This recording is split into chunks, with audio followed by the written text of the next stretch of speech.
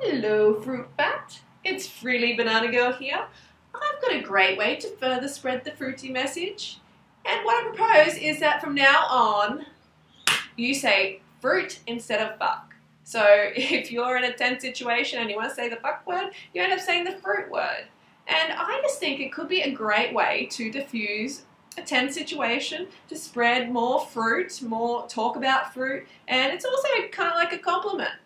I mean, of course, you can do whatever the fruit you want, but this is what I'm going to try. And it's going to go a little bit like this. You are such a fruit head. Oh, fruit me. Can you believe that? Why don't you just go fruit yourself? That was the best fruit of my life. I don't give a fruit. Oh, for fruit's sake. What the fruit are you talking about? You can go get fruited. I do not give a flying fruit what you do. Oh, fruit you then. So why do you give a fruit? Ooh, baby, you are so fruitable. Go fruit yourself.